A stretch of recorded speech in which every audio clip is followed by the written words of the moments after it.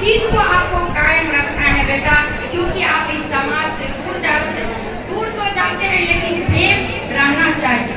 और मैं बच्चे से आग्रह करना चाहती हूँ, मेरे प्यारे बच्चों, आप लोग अपने सबसे पहले अपने टीचर का बात मानिए, उनके बताए हुए रास्ते पर चलिए। कहते हैं टीचर सिर्फ मार्गदर्शक होते हैं, यदि हम उनके रास्ते पर टीचर जो होते हैं, गुरु जो होते हैं, वह ईश्वर से भी बड़े होते हैं, क्योंकि वह आपको जीवन जीने का तरीका सिखाते हैं, जीवन में आपको रोशनी देने के लिए सिखाते हैं। तो टीचर के बातों को मानना चाहिए और पेरेंट्स की बातों को मानना चाहिए। और एक पेरेंट्स से भी मैं ये आग्रह करना चाहती हूँ, कुछ टाइम दीजिए। बच्चे को पैसा नहीं बनाता है, बच्चे को समय बनाता है। बच्चे को मोटिवेट कीजिए। सोने से पहले आप बच्चे के पास कुछ देर, ज्यादा टाइम नहीं है तो 5 से 10 मिनट उसे मोटिवेट कराइए, उसे समाज के बारे में बताइए, उसे ऐसे व्यक्ति के बारे में बताइए, उसके आने वाले समय में क्या परिवर्तन होता है, उस रास्ते से हम गुजरे हैं, क्या होता है, उस चीज को बारे में जानकारी दें, क्योंकि बच्चे नहीं समझ पाते हैं। और ये भी कहना चाहते हैं कि मोटिवेशन बहुत ही बच्चे के लिए जरूरी होती है। और मैं यही पर अपनी वाणी को विराम देती हूँ। बहुत बहुत धन्यवाद। अब मैं जिन्हें आमंत्रित करने जा रहा हूँ, दरअसल उनका परिचय ही बदल चुका है और हर इंसान दुनिया में यही चाहता है कि उसका परिचय उसके बच्चे से। कभी हम नहीं चाहते हैं कि कोई ये कहे कि ये जो है मानस के पापा है। हर माँ बाप यही चाहता है कि ये बोले कि मानस का पापा यही है, या मानस के नाम से मैं जाना चाहूं। तो अपने जीवन में आदरणीय शिक्षक चंदन चौधरी जी ने जो अचीवमेंट पाया है, अब उनकी पहचान एक शिक्षक के रूप में ये कहा जाए कि चंदन चौधरी शिक्षक, तो ये लगता है कि अब गांव तक सिमट गया ये परिचय। अब ये कहा जाएगा कि तथागत के पिता हैं। पहला नाम जब तथागत का आएगा तो एक पिता का सीना फूल के गर्व से वो 56 इंची वाला सीना हो जाता है। तो क्या आखिर क्या जर्नी रहा, क्या यात्रा रहा, कैसे तथागत के पिता को ये तथागत मिला और तथागत का जब जन्म नाम रखा गया था, उसी समय नाम इतना ही शानदार है, मुझे लग रहा है कि जैसे जलन होती है। अब चंदन भैया आपसे मिले, भैया के बैच में भी टॉप आप करते थे, अपने बच्चों को भी टॉप करवाए हैं देश में, और आप सबों को भी जलन होनी चाहिए, जलन होनी चाहिए, जलन कीजिए।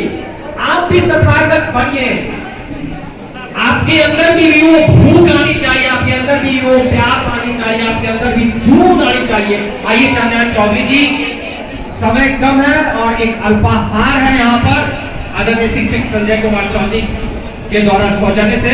उस अल्पाहार के बाद ही आप जाएंगे आदरणीय चंदन चौधरी जी, यानी कि तथागत के पिता, तथागत के पिता अब आपके सामने आ रहे हैं। आदरणीय इस प्रतिभा सम्मान समारोह में उपस्थित हमारे अभिभावक गौरी बाबू, भोला बाबू, काली बाबू, संजय बाबू, संजीव बाबू, सिंहेश्वर बाबू, सत्यनारायण मामा जी, परमानंद जी, अखिलेश जी एवं इस स्कूल के शिक्षक शिक्षिका एवं छात्र छात्राओं, मैं सबसे पहले आप लोगों का आभार व्यक्त करता हूं जो आप लोग अपना महत्वपूर्ण समय निकालकर लगभग 2 घंटे से तथागत अवतार के सम्मान में यहाँ उपस्थित है। इसके लिए मैं बहुत बहुत आप लोगों का आभार व्यक्त करता हूँ। तथागत के संदर्भ में यहाँ बहुत कुछ कहा गया है और उसके पिता होने के नाते कम से कम मुझे उनकी पढ़ाई करने में बड़ा संकोच हो रहा है। और चूंकि ये पढ़ाई आप ही लोगों के मुख से मैं इतना सुना हूँ, जो मैं समझता हूँ, जो मैं इसके काबिल नहीं हूँ, फिर भी मुझे दो शब्द राजा जी बोलने के लिए आग्रह किया है। थोड़ा मैं अस्वस्थ भी हूँ, फिर भी मैं तो कुछ ऐसे शब्दों को बयां करना चाहता हूँ जो यहाँ किसी के द्वारा नहीं प्रस्तुत किया गया है, या शायद लोग ये जानना चाहते हो। जैसे राजा जी ने कहा जो है तथागत नाम इसका कैसे रखें, जैसे हमारे विभिन्न वक्ताओं ने कहा जो होनहार ये बांधते होते चिकने पास। मुझे दो लड़का है और दोनों को प्यार से हम लोग सोनू मोनू कहते पुकारते हैं। दोनों का नाम शुरू में सोनू मोनू ही रखा गया और इसका एडमिशन जब तक नहीं हो रहा था तो हम इसका फाइनल नाम नहीं रखे। सोनू मोनू परिवार में प्यार से करते थे। खासकर तथागत ये जो मोनू है, ये इतने चंचल थे, इतने जहाँ कहीं भी जाते थे, जब ये बोलना शुरू किया तो हर चीज के बारे में बोलते थे। हमारे पिताजी इनसे तबाह हो जाते थे। देखियो ये हरदम हमरा कहते हैं कि बताओ हम इतने चलिए आ रहा मतलब यूनी कथी। और जैसा कि हम सारे विद्यार्थी शिक्षक जानते हैं, उस समय में तथागत अवतार भी हमारे पटना के जो बालक थे वो सबसे कम उम्र में मैट्रिक किए हैं, बीएससी किए हैं, एमएससी किए हैं, पीएचडी किए हैं। तो उनका नाम भी उस टाइम में हमारे मानस मंडल पर बहुत था, इधर तथागत। और दूसरी ओर हम ये बता दें, जो मैं भी बचपन से महात्मा बुद्ध से प्रेरित हूँ, तो मुझे महात्मा बुद्ध का ये नाम भी बहुत प्रिय लगता था, तथागत। तो मैंने जब इसका एडमिशन कराया प्रथम ब्लू हेवन में, तो मैं जानबूझकर तो चलो भाई तथागत नाम हम इसलिए रखते हैं तो कम से कम हो सकता है तो इसके नाम का प्रभाव पड़ जाए। और आज जब इनका रिजल्ट हुआ तो बहुत सारे लोगों ने हमको कहा जो वास्तव में आप जो इसका नाम रखे थे वो आज सार्थक किए हैं। मोहन ठाकुर जब इनका रिजल्ट हुआ तो हमको फोन किए थे, उन्होंने कहा जो चंद्रनारायण एक दिन बड़ा हम घर पर आयल रही और इस बच्चा खेलत रहा लगा हम देखिए बहुत चंचल, अगर नाम पूछलिए तो अगर नाम रखने तो हम तो ये मोहन बाबू के मुताबिक हम तो ये कहते हैं निश्चित तौर पर ही देश में नाम करता और आए हम पूरा प्रसन्न चीज आए बहुत नाम करता। तो चलिए ये तो इनके नामकरण का हो गया। दूसरी बात इनका पठन पाठन कैसे हुआ। तो जैसा कि आप लोग जानते हैं जो मैं शिक्षक पद पर था, मैं इसको अच्छा से अच्छा पब्लिक स्कूल में पढ़ा सकता, लेकिन मेरी हमेशा इच्छा रही जो हम बच्चे को अपने साथ ही रखें और खासकर जैसे जर्नी वाले दूरी स्कूल में हम इनको नहीं देना चाहते। उस समय में ये भी गंगापुर को भेजते थे, लेकिन यहाँ मेरे ही प्रयास से थाना के पास ब्लू हेवन पब्लिक स्कूल खोला गया और आज मैं उस स्कूल के सारे शिक्षक शिक्षिकाओं को धन्यवाद देना चाहता हूँ। उस स्कूल में उस समय में गोरख चौधरी, सत्येंद्र ठाकुर, रामपुरलाल चौधरी, शीतल चौधरी ये सब शिक्षक थे। और मोनू को जब हम उसमें एडमिशन करवाए तो खासकर ये रामपुरलाल जी से बहुत डरते जो बात है। और बारी बारी से ये हमको कहा जो पापा जो फलना सर के यहाँ खेतियों के हमारा मारा हम चाल में वो घर पर से स्कूल इसलिए नहीं हो जाना चाहते थे, तो कहते थे नहीं फलना सर बहुत मारे। तो हम यहाँ जब पढ़ते हम जा रहे होते थे तो एक बार उन लोगों से मुलाकात करते और हम कहते देखिए इसको आपको मारना नहीं, मैंने स्कूल में आप रहने दीजिए, कैसे पढ़ेगा नहीं पढ़ेगा हम समझ लेंगे। तो सारे शिक्षक कहा ठीक है हम इसको मारेंगे। तो ये इनका ब्लू हेवन का दौर हो गया। जब ब्लू हेवन समाप्त हो गया तो रामपुरलाल जी विवेकानंद पब्लिक स्कूल खोले। तो मैंने इनको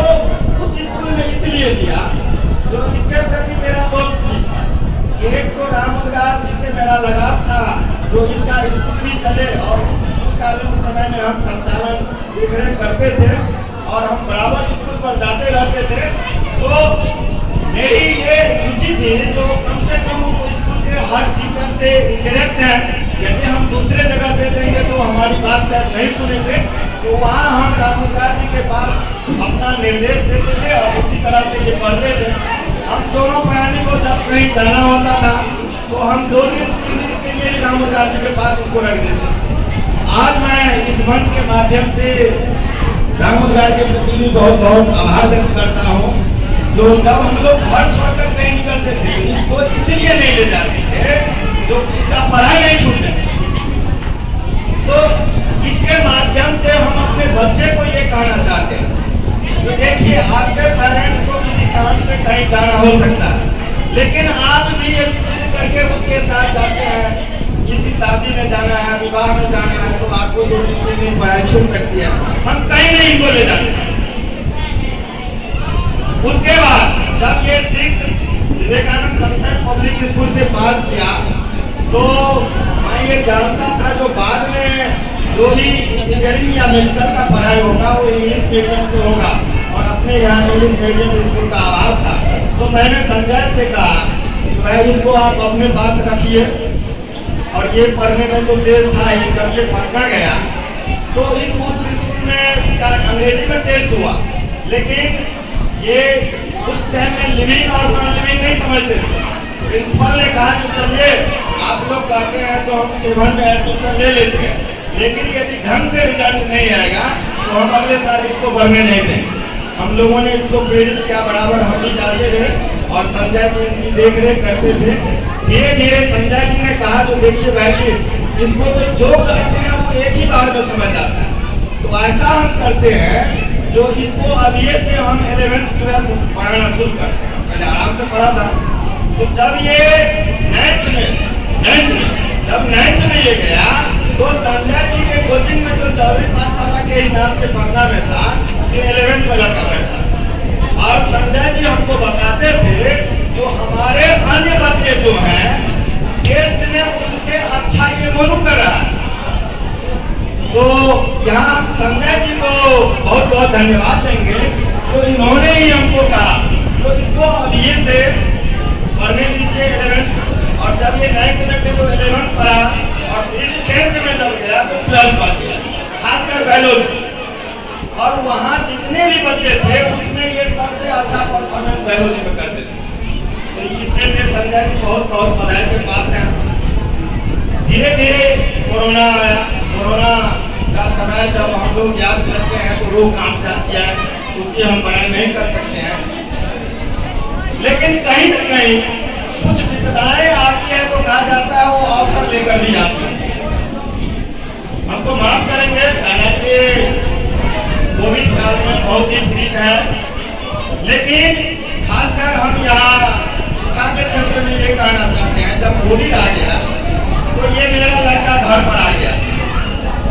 ध्यान देंगे सारे बच्चे, हम ये आप लोगों को बताना चाहते हैं तो हम इसके पढ़ाई के प्रति कितने सजग थे। कि मैट्रिक परीक्षा देकर जब 9 आ गया तो इधर कोविड शुरू हो गया। संजय जी पटना में कोचिंग बंद करके थे और ये पटना में 2 महीना आ गए, आ नहीं रहे थे। हम स्पष्ट यह कहते हैं मेरी निजी स्वार्थ थी जो संजय जी मेरे घर पर आ जाए, इसको हम कहते थे जो पटना में तो तुमको वहाँ खर्चा लग रहा है, आप आइए मेरे घर पर, आप यहाँ रहिएगा और ये लोग भी पढ़ेगा। मेरा दोनों लड़का इन्हीं के पास पढ़ता था। तो अंत में संजय जी पटना से आते हैं यहाँ, और संजय जब आते हैं तो हमारा सोनू और मोनू उनके पास पढ़ना शुरू कर देते हैं, और साथ ही संजय जी अन्य बच्चे को यहाँ चौधरी पाठशाला करके पढ़ाना शुरू करते हैं। तो ये एक समय था जो 15 तारीख में शिक्षा के क्षेत्र में मील का पत्थर साबित हुआ। कोविड काल में हमारा दोनों लड़का इनके सानिध्य में पढ़ रहा था, तो धीरे धीरे उस टाइम में उनको कोई ऑनलाइन कोर्स भी नहीं मिल रहा था। संजय जी के पास आते थे। धीरे धीरे जब इसका 11th खत्म हो गया, जब ये 12th में गए तब ये हमको कहा जो पापा ऐसे हैं कि फिजिक्स वाले हैं, उसका लेक्चर जो हम सुने हैं तो बहुत अच्छा है, तब इन्होंने कहा जो देखिए माने ये हम बताते हैं जो ये समय के कितने माने बचत करने के लिए इन्होंने कहा जो पापा यदि आप चाचा को कहते जो हम कोचिंग नहीं लेंगे, क्योंकि कोचिंग आने जाने में हमको समय बर्बाद होता है और हमको उतना पढ़ना भी नहीं है, क्योंकि ऑनलाइन में हम पूरा समझ लेते हैं। चाचा यदि सप्ताह में 1 से 2 दिन आकर घर पर ही हमको गाइड करते तो हमको समय की बचत होगी। संजय जी के पास हमने रखा ये जो है ये कोचिंग नहीं करा था, अगर तुम घरे पर है संजय का ठीक से मैं यहाँ से कहबे से तो तथागत वहाँ घर पर ही रहकर ऑनलाइन पढ़ता था और स्वाभाविक है जो फिजिक्स जो है जो न्यूमेरिकल बेस है उसमें जो प्रॉब्लम होती थी संजय जी सप्ताह में कम से कम 2 दिन जाकर उसको सॉल्व करते। तो इस सफलता में हम जहाँ तक देख रहे हैं समाज परिवार माता पिता विभिन्न गुरुजनों का साथ रहता ही है, लेकिन हम निश्चित तौर पर संजय जी के प्रति बहुत आभारी हैं जो इन्होंने एक तो 9th से ही 11th 12th पढ़ाना शुरू किया और दूसरी ओर ये केवल फिजिक्स वाले के ऑनलाइन पढ़कर नहीं कर सकते, क्योंकि उसमें हम बहुत सारा वीडियो भी देखे हैं। वो लड़का से भी बताता था जो फिजिक्स को कोई सोल्व करने वाले उनके असिस्टेंट टीचर होते थे, बहुत ऐसा हम वीडियो देखे हैं जिसमें वो बच्चा सबका रहा था जो फिजिक्स का हमारे फला टीचर हेल्प करते थे। तो आज मैं इस मंच के माध्यम से यहाँ उपस्थित छात्र छात्राओं को ये कहना चाहूंगा जो आप लोग ये दृढ़ इच्छा शक्ति बना लीजिए जो हम भी कुछ कर सकते हैं। यदि मनुष्य दृढ़ इच्छा शक्ति बना ले तो दुनिया में कोई चीज असंभव नहीं है। आज ऑनलाइन माध्यम से हमको अच्छा से अच्छा कंटेंट मिल रहा है। आप ऑनलाइन कोर्स कीजिए, यहाँ संजय जी कोचिंग पढ़ाते हैं, फिर भी संजय जी ये नहीं आपको कह सकते हैं जो नहीं मैं इससे पढ़ूँ आप ऑनलाइन नहीं पढ़िए। संजय जी भी बोलते हैं जो आप ऑनलाइन कीजिए, ऑनलाइन क्लास लीजिए। हाँ, आपको सपोर्ट के लिए जरूर संजय जी से संपर्क में रहना चाहिए, क्योंकि फिजिक्स खासकर जो होता है वो न्यूमेरिकल बेस्ड होता है और छात्र को वहाँ जो भी समस्याएं होती है, क्योंकि अभी ऑनलाइन में उतना सुविधा नहीं है जो तत्काल टीचर वो सॉल्व करते हैं। वैसे वो लगभग 80% सॉल्व कर देते हैं, लेकिन जब वो प्रॉब्लम देते हैं तो बहुत सारा डिफिकल्टी नहीं आता है तो संजय जी जैसे सॉल्व कर देते हैं। तो मैं छात्र छात्राओं को ये प्रेरित करना चाहता हूँ जो दुनिया में कोई भी काम असंभव नहीं है, खासकर पढ़ाई।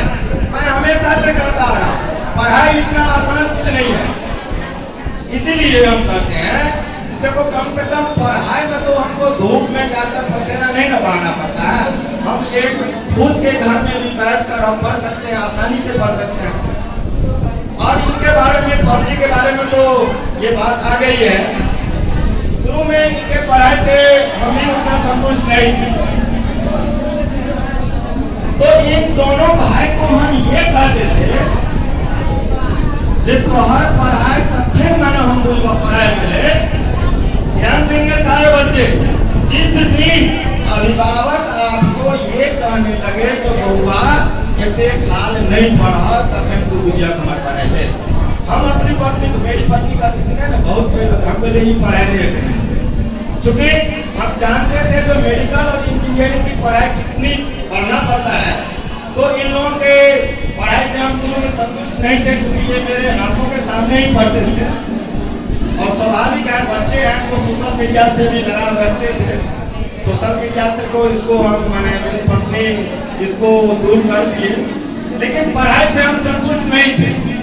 लेकिन बाद में वही लड़का एक रात को हम जब उठते हैं तो देखते हैं लगभग वो 2 बज रहा था, जाड़े का मौसम था और ये 2 बजे ये पढ़ रहा था। फिर हम जब भी हम उठते थे तो इसके कमरे को एक बार झाँकते थे तो इसको हम जगाए मैंने पढ़ाई से मैंने लिंक जोड़े और कहा कहते तक पढ़ना है सर तो नहीं तो आप वैसे के पढ़े हमरा से नहीं लगे थे और ये लोग डेट से उठे। बाद में हमको ऐसा महसूस हुआ, मेरी पत्नी ने कहा जो मेरे मैंने बाद में हम इसको पढ़ने के लिए कहना बंद कर दिए, तब ये लोगों ने कहा जो नहीं शायद आप पापा हमारा पढ़ाई के महत्व दऽ रहल छै मने आब में पापा कहियो कहि छथिन पढ़े के। तो यही इनके पढ़ाई का जर्नी है। प्यारे बच्चे ये आप ध्यान देंगे, हम लोग पैसे वाले होकर भी मैं गर्व के साथ ये कहना चाहता हूँ, बहुत लोग तो ये कहते हैं जो मेरे बच्चे के पीछे मुझे इतना खर्चा हो गया, इतना खर्चा हो गया। मैं गर्व के साथ ये कहता हूँ तो मेरा जो लड़का जो भी अचीवमेंट किया है, हम इसके पीछे बहुत खर्चा नहीं किया। पिछला साल जब इसको 611 नंबर हुआ था तो चूंकि लोग विभिन्न बुजुर्ग से सलाह लेते हैं, सारे लोग कहते थे जो ये सीट अगला साल मिलेगा कि नहीं मिलेगा। प्रतिदिन प्रत्येक साल 2-2.5 लाख बच्चे बढ़ रहे हैं, तो निश्चित तौर पर अगर कहा कि एडमिशन का जो बात है जो हम भी इसको बोल दिए जो एडमिशन ले लो, लेकिन ये एकदम अपने इरादे पर अटल। इन्होंने कहा कि नहीं पापा हमारा एक चांस दिया, हमारा दिमाग में है कि एम समझे। तो जो बात है मैं अपनी पढ़ाई नहीं करना चाहता हूँ, हम अनमने ढंग से ही हम भी ये सोचे जो है जो होगा इनके भाग में होगा, हम क्या करेंगे। हम तो क्योंकि मेरी इच्छा ये थी जो ये एडमिशन ले ले और पढ़ाई भी करे, और इनका कहना था नहीं हम एडमिशन ला लेंगे तो हमारा फिर कॉलेज के पढ़ा और उनका हमारा छूट जाए। तो हम अनमने ढंग से ही को हम इजाजत दे दिए। तो प्यारे बच्चे हम यहाँ ये शिक्षा लेते हैं जो जिंदगी में हमें असफलताएं भी मिलती है, लेकिन हमें असफलता से घबराना नहीं। क्योंकि हम लोग देखते हैं जब जनरल कंपटीशन की बच्चे पढ़ाई करते हैं तो देखते हैं 5 साल 7 साल 8 साल BA MA करके तैयारी करते रहते हैं। लेकिन बहुत दुख की बात है जो आज बच्चे 12वीं करने के बाद एक बार परीक्षा देते हैं, 2 बार परीक्षा देते हैं, तीसरा बार परीक्षा देना नहीं चाहते। हमको बहुत सारे संगी साथी सब भी बोले, शायद संजीव जी से भी हमको बात हुई थी और इन्होंने भी कहा था कि जब है बच्चा की इच्छा से जे हम परीक्षा दिए तो आगे की दिक्कत है दिए दियो। क्योंकि बहुत सारे बच्चे ये होते रहते हैं जो नहीं अगला साल हम परीक्षा नहीं देंगे। तो यहाँ हम अपने अभी जो भी बच्चे यहाँ उपस्थित हैं हम उनको ये सलाह देना चाहते हैं जो आप असफलता से घबराए नहीं। असफलता हमको मिलती है लेकिन एक ऐसा अवसर हमको जरूर देती है जो हम सफल होंगे। आज लगभग जहां तक मुझे जानकारी है इन्होंने जितना नंबर लाया इतना नंबर ड्रॉपर बच्चे नहीं लाते हैं। क्योंकि ड्रॉपर जो होते हैं तो वो टूट चुके होते हैं। जनरली ड्रॉपर आपको सेकंड रैंक फर्स्ट रैंक में जैसे तैसे रिजल्ट करते हैं। तो इन्होंने भी अपने इंटरव्यू में फिजिक्स वाले को कहा जो सर आप लोग कहते थे जो ड्रॉपर जो है तो टॉपर नहीं बनते हैं। तो इनका सर ने कहा तो चलो हम सॉरी मानते हैं और फिर हम ये बात नहीं कहेंगे। तो कहने का ये हुआ प्यारे बच्चों, आप यदि दृढ़ इच्छा शक्ति से पढ़ाई पर लगे रहते हैं तो सफलताएं निश्चित तौर पर एक न एक दिन कदम चुनेगी। हम बराबर ये बच्चे को कहते हैं जो कोई भी बच्चे कमजोर नहीं होते और आप लोगों को भी बता दें। हाँ ये बात है जो कुछ ऐसे जीनियस बच्चे होते हैं जो एक बार में ही किसी बात को समझ जाते हैं, लेकिन हम आप लोगों को जो एवरेज स्टूडेंट हैं उनको ये कहना चाहते हैं जो ठीक है जो जीनियस है तो 1 साल में मान लीजिए वो सिलेबस समझ रहे हैं। आप थोड़ा उससे कमजोर है तो 2 साल आपको लगेगा, उससे भी कमजोर है तो आपको 3 साल लगेगा। ऐसा ऐसा लड़का हम देखे हैं जो मेडिकल खासकर नंगा चांस में निकाला है। और आपके आंध्रा थाने में भी अनिल कुमार रमन एक एग्जाम्पल है जो वर्तमान में एनजीओ पद पर कार्यरत है। उन्होंने नंबर चांस में यूपीएससी निकाला था, नंबर चांस। तो हम अब ज्यादा समय नहीं लेंगे, इस प्रतिभा सम्मान समारोह के माध्यम से हम यहाँ उपस्थित अभिभावक, बच्चे और शिक्षक तीनों से आग्रह करेंगे जो सफलता में केवल एक आदमी का रोल नहीं होता है। ध्यान देंगे यदि ये कोई चाहेंगे जो टीचर बहुत अच्छा है और बच्चे को हम पढ़ा देंगे तो मुझे उम्मीद है जो सारे पैसे वाले अपने बच्चे को डॉक्टर इंजीनियर बनाए, तो टीचर के बदौलत बच्चे नहीं पढ़ते हैं। उसके बाद स्थान आता है बच्चे। बच्चे भी बहुत अच्छे हैं, लेकिन यदि गार्जियन का सपोर्ट नहीं है, निश्चित तौर पर वो भी बच्चे सफल नहीं होते। बहुत सारे बच्चे हैं जो पढ़ने में अच्छे हैं, और यदि मान लीजिए वो कहीं ट्यूशन पढ़ रहे हैं, तो अभी भी हमारे गांव घर में हम लोगों को सुनते हुए देखते हैं, वो पढ़ाई को कैसे समझते हैं, जो टीचर पढ़ाते हैं कोई खर्चा थोड़े होता है। तो हम यहाँ पेरेंट्स से भी आग्रह करना चाहेंगे, जो भी आपको ठीक लगता है, मैं तो ये कहूँगा जो आप पहले प्राथमिकता ये दीजिए, जो हमारे बच्चे जहाँ भी शिक्षा ग्रहण कर रहे हैं उस शिक्षक को खुश रखें, क्योंकि यदि शिक्षक खुश रहेंगे तभी वो मन से पढ़ाएंगे नहीं। अभिभावक यानी किसी बच्चे की सफलता में सबसे ज्यादा अहम रोल तो बच्चे का ही होता है, उसके बाद शिक्षक का और उसके बाद गार्जियन का। और यदि तीनों में अन्योन्याश्रय संबंध हो जाए, तीनों अपनी अपनी भूमिका को कुशलतापूर्वक यदि निर्वहन करे, तो सफलताएं निश्चित तौर पर आपकी कदम चलेगी। धन्यवाद।